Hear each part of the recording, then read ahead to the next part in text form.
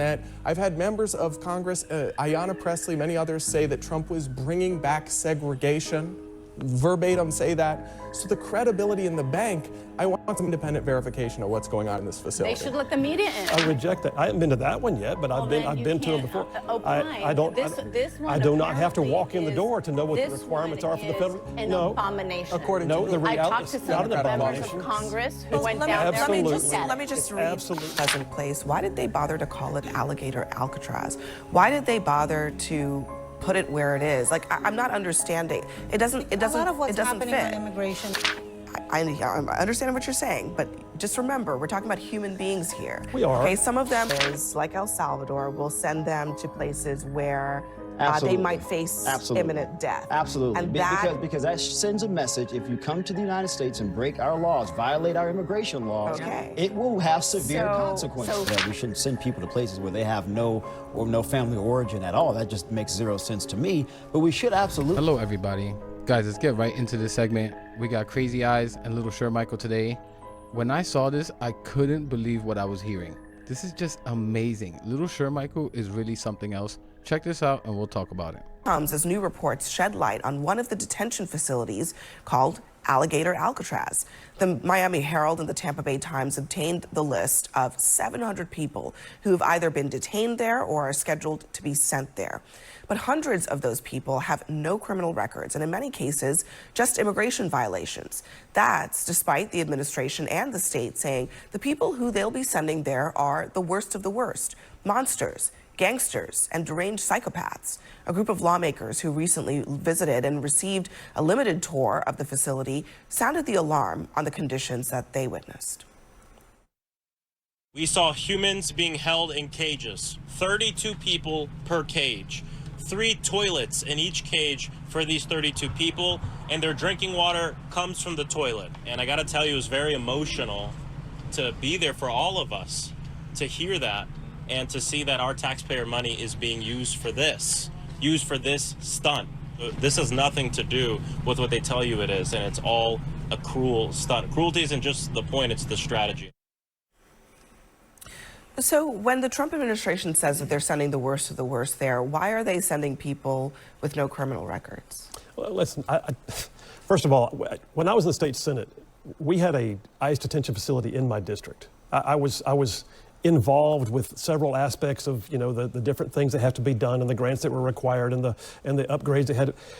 Every federal detention facility, every one of them, goes through these same exact stringent requirements. These people are getting 3 hots in a cot. They're not being abused or not being tortured. They're getting better conditions than I had when my team lived in Afghanistan.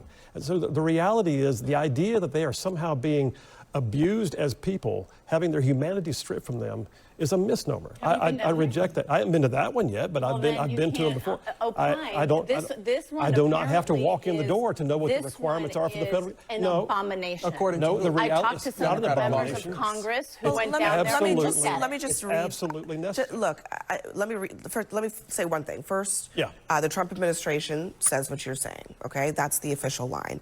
But the lawmakers who visited say other things. Here is one Venezuelan detainee who spoke to the Associated Press and said, the conditions in which we are living are inhuman, said the detainee from the facility. My main concern is the psychological pressure that they are putting on people to sign their self-deportation. The man, who asked not to be identified for fear of reprisals, characterized the cells as zoo cages with 8 beds each, teeming with mosquitoes, crickets, and frogs. He says they're locked up 24 hours a day with no windows, no way to know the time. There have also been reports that the lights are on 24 hours a day, people can't sleep. And the implication here is that they want to create conditions that are so unpleasant that rather than be deported through a process, people just sign away their rights and get sent on a plane and go. Abby, I'm actually horrified by what you just described, but I want to attach the biggest, because I think due process is a human right. I think that these are basic elements. Everyone should be treated with dignity in federal detention, but it's the biggest, if true, ever, because we need to actually verify this. I'm actually seeking to see if I can go this week. I live in Florida, and I'd like to report there myself. The Democratic lawmakers, you have on one hand the Trump administration officials saying it's fine, it's up to par. On the other hand, these Democrats I don't really believe anything they say when it comes to Trump. I've had Democrats tell me that net neutrality would end the internet. I've had members of Congress, Ayanna Pressley, many others, say that Trump was bringing back segregation. Verbatim say that. So the credibility in the bank, I want some independent verification of what's going on in this facility. They should let the media in. I agree. They should absolutely let the media in. Why aren't they letting the media in? Don't Well, you they think have that let there's some a reporters reason in, for but that? they have let some reporters you in. can They see did a whole walk. What a surprise. The Republican brings up Ayanna Pressley. No surprise there. And I wonder which reporters they letting in. Come on now, if there's nothing to hide, let them in. Let them all in. This man had the nerve to say he doesn't trust the Democrats. But what, you trust Trump? And the morons he surrounds himself with? The man who's known for lying more than any president in history. And talking about Trump, would you trust him with underage girls? Young girls? Cabrón. I saw someone in the comments the other day when I made a video on Crazy Eyes over here that he's not a Republican. Oh, really? It takes 5 seconds to look up on Google if he is. Actually, let's look up what some of his most recent articles are. He writes for the Washington Examiner. I think this is actually a good educational opportunity for all of us. Check this out. So let's take a looky here. These are articles that he wrote, the most recent articles. The ridiculous left-wing meltdown over defunding NPR. Debunking Democrats claim that Trump's bill, well, whatever. Zohran Mamdani's idiotic war on billionaires. Yes, how idiotic to make the rich pay their fair share so that everyday other people could have things like Medicaid. And maybe they could have their taxes reduced. Incredible. Let's see, what else you got? Democrats must do some soul searching about political violence. Oh, right, not the party that incited an insurrection, right? That resulted in 5 police officers passing away shortly after. No, not the party of beating the crap out of cops because they lost an election. And here we go, this one. The predictable decline of Pride Month. Oh, really? And there we go, nothing more the Republican Party likes that is someone willing to attack their own people. Actually, let's switch back. I read that dumbass's article. You think it mentions that the party he supports wishes he didn't even exist? And that he has a mental disorder, all because he's gay? Gay guy willing to bash the LGBTQ community, a black man willing to support the harming of his own people. And Hispanic who wants to send his own people to a prison surrounded by alligators, criminal or not. This is one of the many vile weapons Republicans love to use.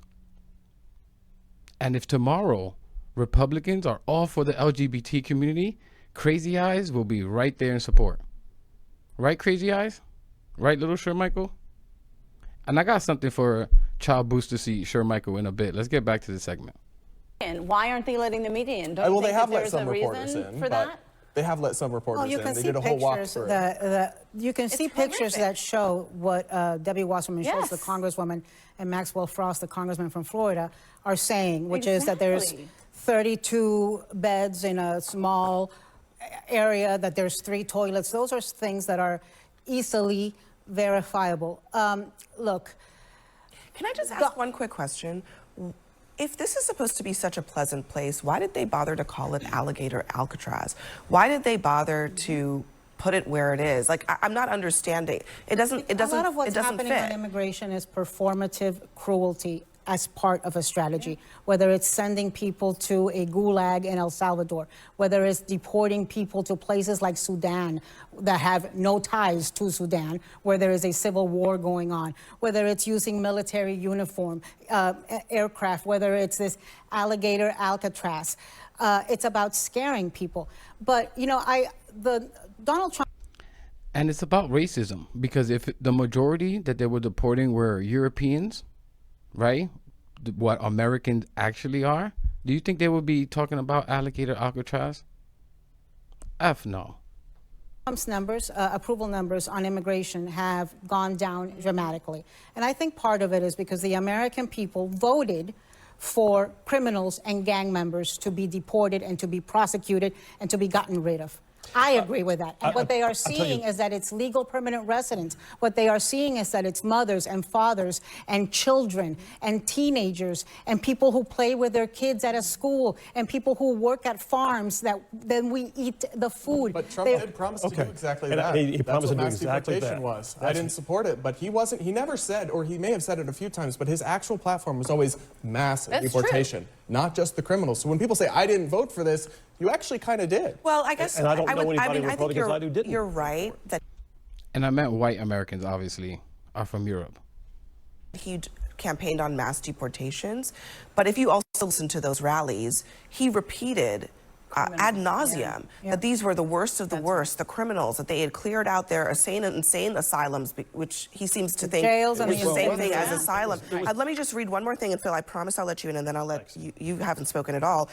So an immigration attorney, Kate Blankenship, said she was turned away after traveling to the remote facility, waiting for hours to speak with clients, including a 15-year-old Mexican boy with no criminal charges. Her client, Arroyo's client, another attorney, is a 36-year-old Mexican man who came to the U.S. as a child, has been at the detention center since July 5th after being picked up for driving with a suspended license.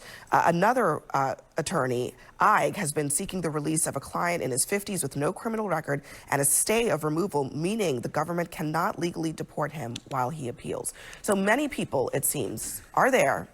Some of them are in a process. Some of them were out here as children and are being sort of pushed into saying, sign away my rights, send me back somewhere.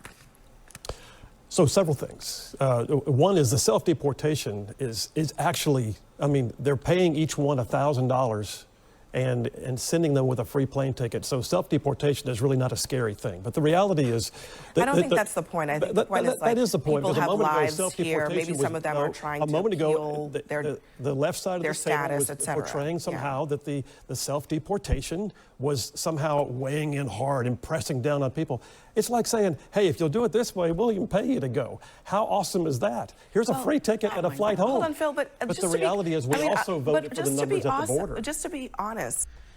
People have built their lives here.